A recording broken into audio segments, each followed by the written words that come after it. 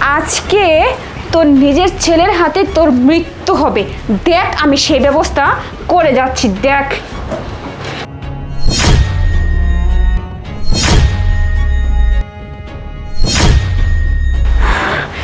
দেখ আজকে আমি কি করতেছি।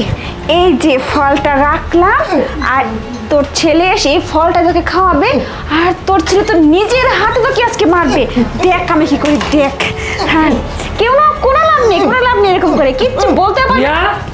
হ্যাঁ সাহেব, হ্যাঁ দেখো তোমার বাবা কত অসুস্থ, আমি কিছু খাওয়াতে আসলে কিছু খেতেই চায় না। তাছাড়া তুমি তো চলে যাবে দুদিন পরে, তাই আমি না? কালকে চলে যাবো, ওই জন্যই আসলাম। তুমি একটু তোমার বাবাকে ফল খাইয়ে দাও না।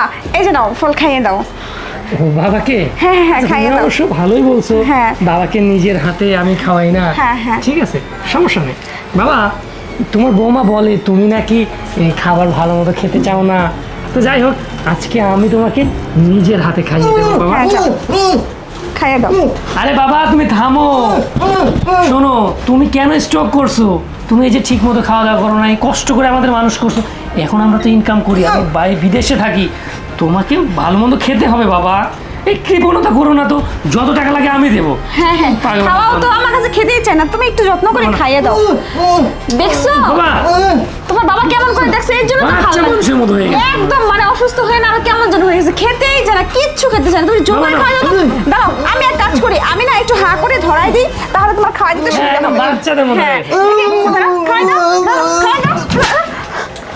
হিমানি, তোর এত বড় স্পর্ধা, আমি আমার বাবাকে ফল খাচ্ছি। ও বুঝতে পারছি, তুই মনে করছিস যে বাবার সাথে আমি জোরাজোরি করতেছি।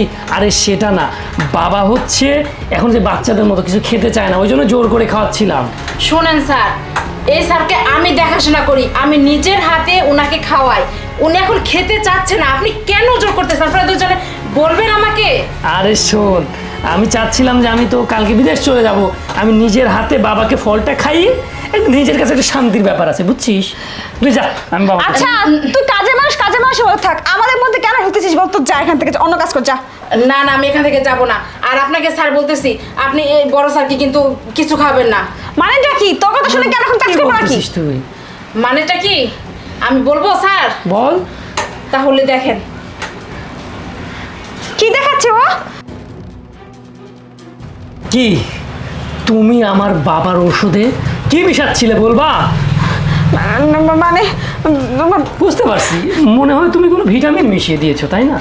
সমস্যা নেই, ওনাকে খেতে দিন স্যার। তুমি একটু খাও। না না, খাবো না। খাও, কেন না খাবো না না? না না, কেন খাবা না? এটা তো বিষ আছে, আমি খাবো না। দেখছেন স্যার, ওনার মুখ দিয়ে বের হয়ে গেল। তুই এতটা নিকৃষ্ট যে নিজের সন্তানের হাতে নিজের পিতার মৃত্যু দেখতে চেয়েছিলি? ছি, আমার ভাবতে অবাক লাগতেছে যে তুই আমার স্ত্রী। হিমানি, এক কাজ করো, থানা তো সামনেই, তুমি একটু থানায় যাও, গিয়ে মহিলা পুলিশ নিয়ে আসো। আচ্ছা স্যার। ওকে, আর তোমার ভিডিওটা তো আছে। হ্যাঁ, আমি আমার ক্ষমা করে বাবাকে নিয়ে তুই এভাবে একটা ষড়যন্ত্র করেছিলি, তার জন্য ঠিক আছে থানায় না না, আমার ভুল হয়ে গেছে। ভুল হয়ে গেছে মানে কি? ক্ষমা করে দাও।